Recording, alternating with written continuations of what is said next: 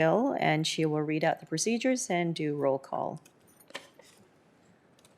Good morning. I will keep the procedures very brief this morning. So when regarding in the committee with voting, recorded votes are not permitted at committee meetings. The committee chair will call for any objections. If you have an objection, indicate your name and objection, and if no objections are stated, the motion will be deemed to be approved. With regard to departures, if you are participating electronically and are leaving the meeting, please send an email to council@peelregion.ca to indicate that you are leaving. And if you leave the meeting, for any votes thereafter, you will be marked absent. With request to speak, you can continue to use your hand icon, so click on your raise hand icon, or you can also email us at council@peelregion.ca. So I will commence with the roll call.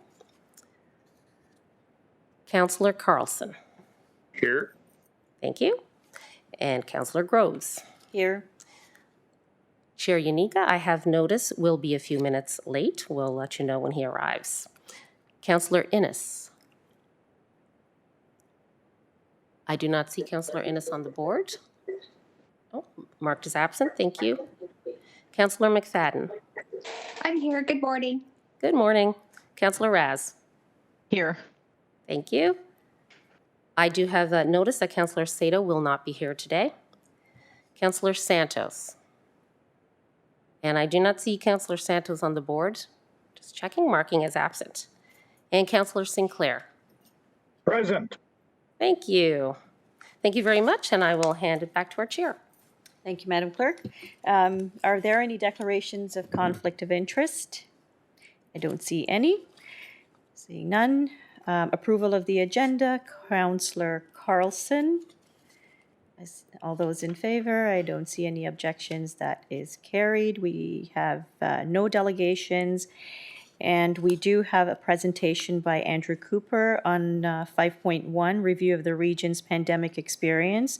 That's moved by Councillor McFadden. All those in favor? Is Andrew here? Oh, okay. Oh, Andrew is back. Good morning, Andrew.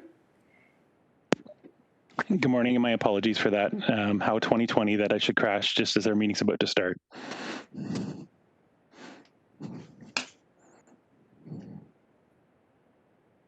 Okay, so with us today, I have Grace Caron, who is our Regional Emergency Operations Center Commander, as well as Steve Sarek, who is our Demobilization and Recovery Task Force Leader. Both of them will be co-presenting with me today, and we're going to give you an overview on the COVID response to date, as well as we'll be able to answer any questions you might have. So I'm going to turn it over to Grace, who will get us started, and then it'll proceed into Steve, and then I'll round out the presentation. Thanks, Andrew. Good morning, everybody. My name is Grace Caron, and as Andrew has indicated, I am the Incident Commander with the Regional Emergency Operations Center, and I am also a Program Director with our Human Services Department. I am really pleased to be here today to provide you with an update on our COVID response and the Regional Emergency Management Operations. Next slide, please. Sorry, I seem to have lost my, it is a day for difficulties with technology. My screen just went blank, so if you'll just forgive me for a moment, I will attempt to bring up the document in my own, which I had on standby exactly for this purpose. Okay. I apologize, my system seems to be shutting down and I might get cut out. I will log back in immediately. Andrew, would you please resume and I will log back in. For sure, not a problem. So from the Emergency Operations Center, one of the very first things we tried to do is establish some objectives. Those overarching objectives have guided us through our response beginning in March and continue to this day.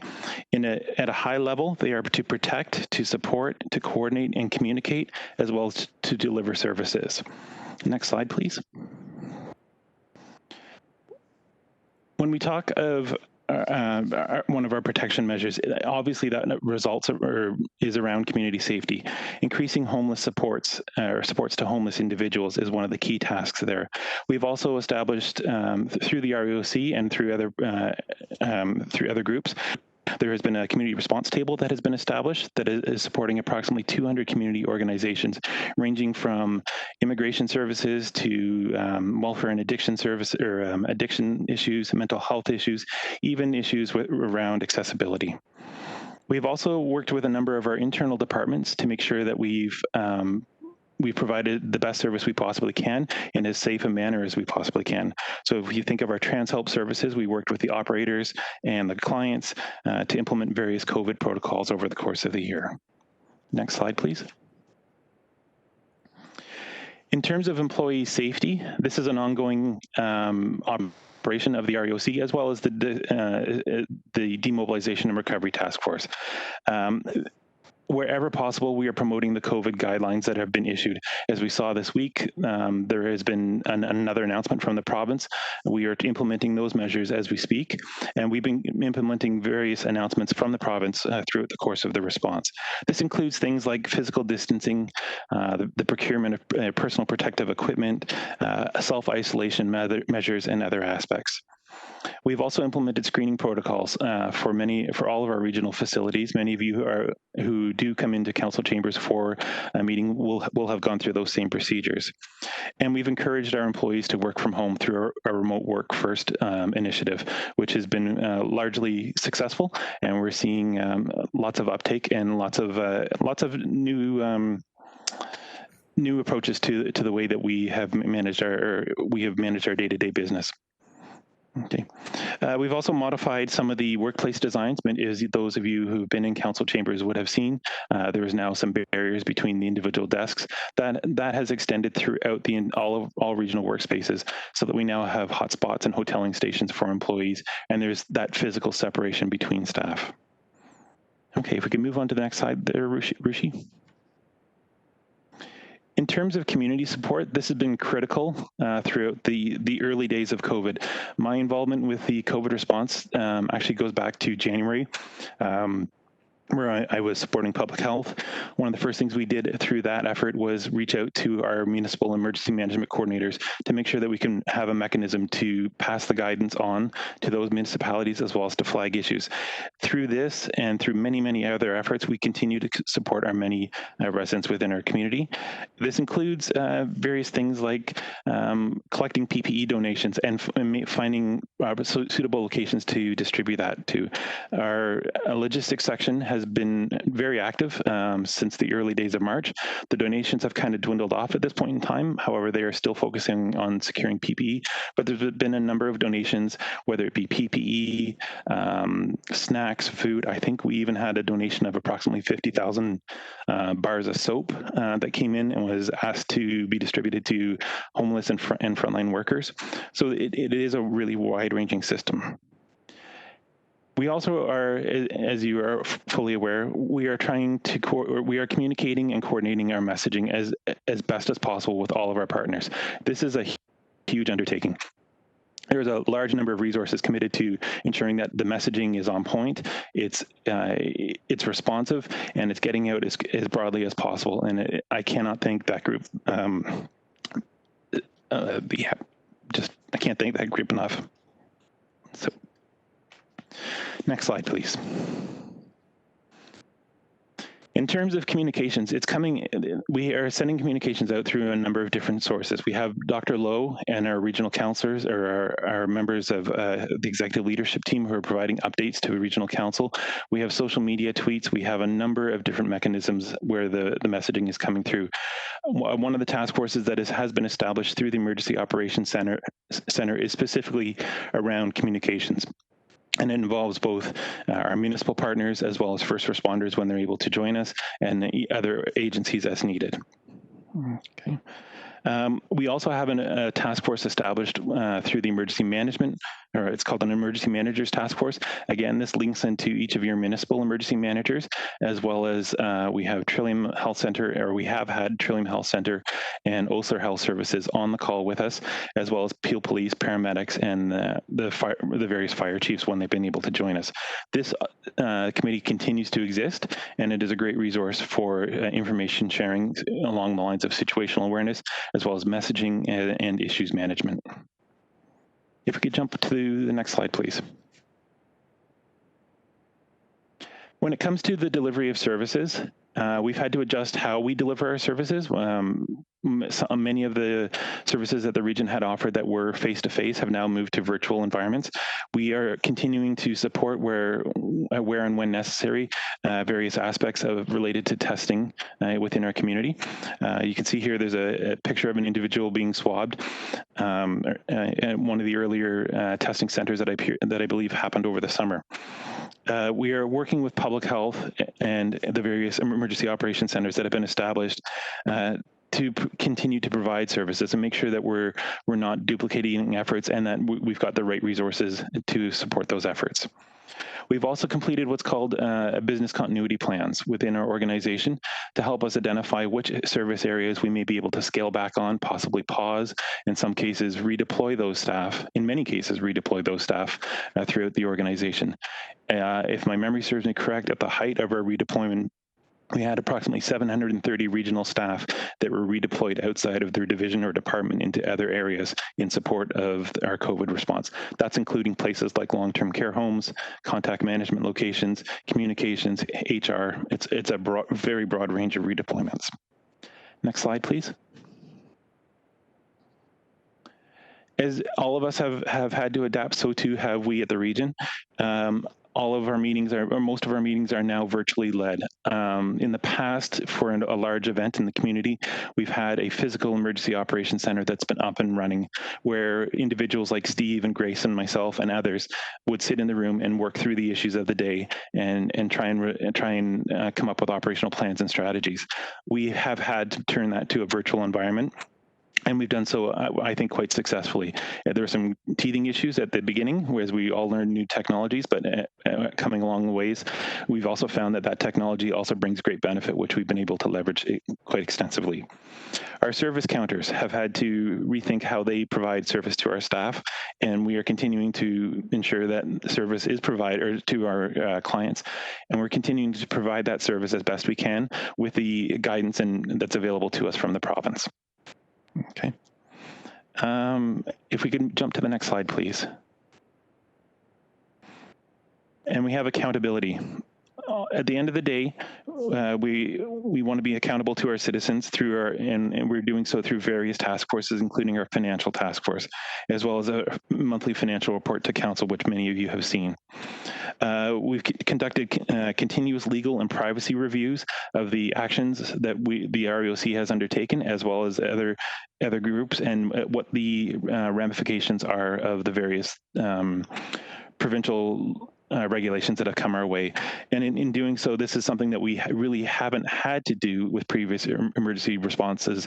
And it really speaks volumes to the fact that the incident management system that we have is flexible and scalable, and we can add these resources to the response as needed and when needed. Okay, next slide, please. At this point, I'm going to turn it over to Steve, who will talk to us about recovery, and then I'll finish off the presentation. Thanks, Andrew, for that comprehensive recap, and hopefully Grace will be able to join us and our technology gets back up and running. I'm in partnership with REOC. Earlier this year, the task force comprised of regional leadership from across the organization was established to help with the organization's demobilization and recovery efforts. And as we shared with Council back in June, the region established a recovery plan that was guided by an overarching framework, really anchored in 3 key pillars. And the first was to safely resume the delivery of regional services and community supports that have been impacted. And if you scroll down just a little bit on the slide here, if that's all right. Thank you. That have been impacted by COVID-19. The second, creating a safe and healthy environment that focuses on ensuring all the people and places that we occupy are safeguarded from risk. And finally, redesigning for the new normal of regional operations and services, and including rethinking how aspects of our business will be performed in a post-pandemic era. Now, the task force over the last while has translated this framework and its actions into a phased recovery approach, which you'll see at the bottom of the slide here. And over the past few months, the region's completed its initial phase of recovery, and that supported the resumption of a variety of service activities. We've seen the formal reopening of regional buildings to the public, and we've introduced, as Andrew mentioned, a host of health and safety measures that are helping safeguard employees and the public. The region's now moving into its second phase of recovery, or its midterm phase, so to speak, which continues to aid with the gradual resumption of services where it's appropriate, as well as planning for some of those longer-term business changes that have been inspired by our COVID learnings, and really what is likely going to be a future shaped by some degree of coexistence with this pandemic. Now, these types of changes that we're looking at include things like partnerships with our community agencies, the accelerated use of digital resources for service delivery, strengthening remote work capabilities, as well as just our overall impact of COVID-19 on things like our future building use and even design. Now, as the approach denotes at the bottom of the slide here, the recovery path back from the pandemic is going to likely be subject to a variety of cycles of COVID-19 waves, much like we're seeing this fall. So the phased approach that was put in place for recovery is very much designed to scale up or down based on the trajectory of this pandemic, changes in provincial direction like we've just seen over the past few days, and as well as the need to oftentimes quickly reinstate response measures that are needed to prevent the spread of this virus. Now, if you go to the next slide, please. Now, looking ahead at the recovery journey, there are some important outcomes that the region is using to guide its transition towards that new normal for the post-COVID-19 world. These include things like assessing our regional services to help balance the post-COVID-19 community needs, as well as some of the new financial realities that we are seeing emerge. Things like aligning and adjusting our workforce and service levels, preparing our workforce for increasingly exhibiting remote capabilities, and as well as its relationship and impact to physical spaces, embracing the role of digital resources that we are now seeing play an ever more important role in contactless municipal operations, future-proofing for forthcoming emergencies, because we do know this is not likely going to be the first and the last that we have encountered. And finally, importance of supporting mental health and well-being of individuals who are definitely grappling with aspects of isolation, injustices, and a whole lot of overall stresses that have been brought to light by this pandemic. If you go down slightly on the slide here. So I've just provided a very quick overview and synopsis of the recovery efforts, but there are additional resources that are available for further information, and they're outlined here, including the report that was provided to Council, as well as some additional pieces in terms of the plan and information that are now housed on our website. So they're highlighted here, and that's a brief summary of the recovery effort. So thank you for your time this morning. Great, thank you, Steve. And my apologies, everybody, but I guess that was an example of how in the REOC we make sure that we have good contingency plans in place. So Andrew and I are going to do a bit of a swap, and again, my apologies. So as Andrew mentioned, the scalability of the IMS roles and responsibilities has been really critical to us throughout this period. What we've included here is our current regional emergency management system and the roles in which and the governance by which we make decisions going through. We've included here for your information the various roles and components that we have as part of our IMS structure, which I'm not going to go into in a great amount of detail, but I will sort of stop and highlight some differences and ways in which we adapted the IMS model to make sure that we had the right levels of situational awareness across our various emergency operations centers in the region, but also to our community, citizens, stakeholders, and partners. So we have our traditional roles, and in addition to that, for the Regional Emergency Operations Center, we included a public health liaison as well as a health systems liaison. Our general staff is pretty typical to the IMS, but we have added a health operations chief and lead, mostly, as we said, to ensure that we are having strong connectivities between the two EOCs, that the regional operations support the public health response broadly, as well as a distinct organization. Next slide. So we also have our traditional logistics chief, as well as finance and administration section chiefs, who ensure that accountability and that line of sight is applied to all of our activities and all of our actions, decisions, and contemplations throughout the life of the response. Next slide, please.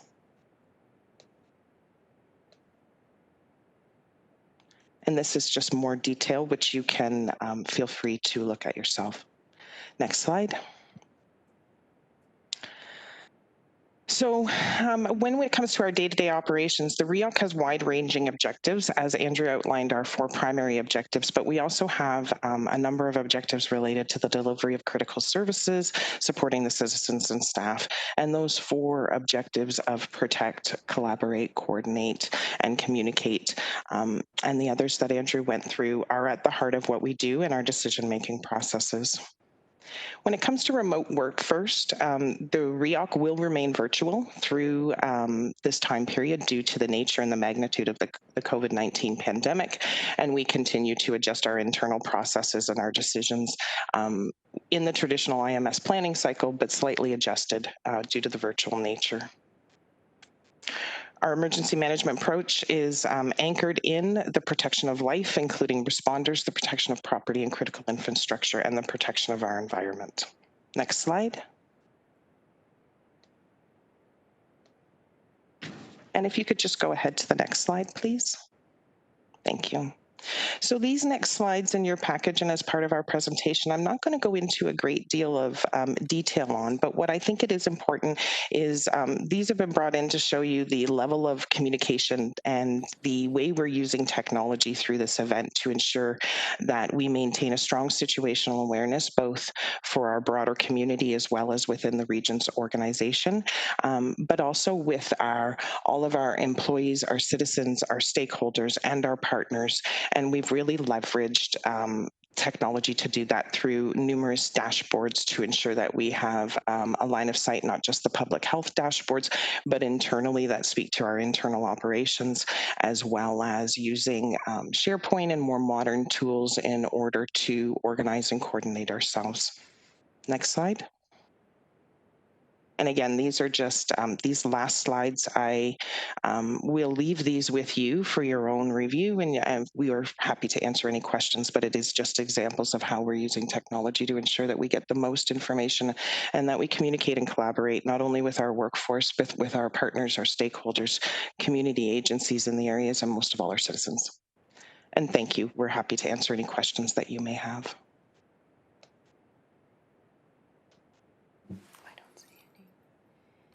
Thank you for the presentation, and I don't see any questions. Nothing is showing up here on the board. So, Councillor Raz. Thank you very much for the presentation. It's nice to hear everything that goes on behind in the background, and you know, from a crisis communications standpoint, I think the region has done a very good job of managing the pandemic, and I just want to thank the staff, everybody who is behind the scenes and making it run very smoothly. So I do appreciate that very much. Thank you. Thank you. Are there any other questions? Councillor Sinclair? Yes, thank you. I echo Councillor Raz's comments. Very thorough report, amazingly complex set of responses inside the region, and under very vague and evolving circumstances. I guess I would like to raise the notion that we should probably be developing an emergency plan for epidemics. I've been surprised to find that most of the emergency response literature and plans is based on physical damage somewhere. a train wreck, an explosion, a flood, an ice storm, something physical. And so, you know, you call the cops, establish a perimeter, call in the relative technical authorities, and stabilize the situation. Well, in this case, the perimeter to this incident is the entire country of Canada, including the closure of borders to international travel in the United States. And so it's a totally different set of circumstances here, and you can certainly see it throughout this excellent report of the adaptation of the internal new normal working needs of the region. So I just raise that point that there's something quite different about this emergency response and the ones that were designed to deal with in recovery. So that's it. Thank you, Madam Chair. Thank you, Councillor Sinclair. I don't see any other speakers on the list. It was moved by Councillor McFadden. Any objections? Seeing none, that is carried. Next, we have 2019 Regional Fire Coordinators Report, item 5.2. It is also here for information. Are there any questions? Moved by Councillor Sinclair. All those in favor? No objections. That is carried. Item 5.3, status on the 2020 Office of the Fire Marshal and Emergency Management Compliance Requirements. It's also here for information. Moved by Councillor Raz. Any questions? Seeing none. No objections. That is carried. Item 5.4, 911 Annual Update 2019, also here for information. Moved by Councillor Carlson. Any questions? None. This is really easy this morning. No objections, that is carried. Item 5.5, Terms of Reference for 911 Advisory Committee. There is a motion, a recommendation here, and I will read it out, that the 911 Advisory Committee Terms of Reference attached as Appendix 1 to the report of the Commissioner of Digital and Information Services titled Terms of Reference for the 911 Advisory Committee be approved, and further that Corporate Policy G10-03 911 Advisory Committee be rescinded, and further that the Greater Toronto Airports Authority be recognized as a member of the 911 Advisory Committee. Any speakers to the recommendation? Any objections? I see none. Councillor Sinclair, you want to move that? Okay, no objections, all in favor, that is carried. No communications, anything under other business, nothing, no in camera, and we're adjourned. Moved by Councillor McFadden. All those in favor, and we will see you all. That's carried at the next meeting on May the 6th. Thank you very much.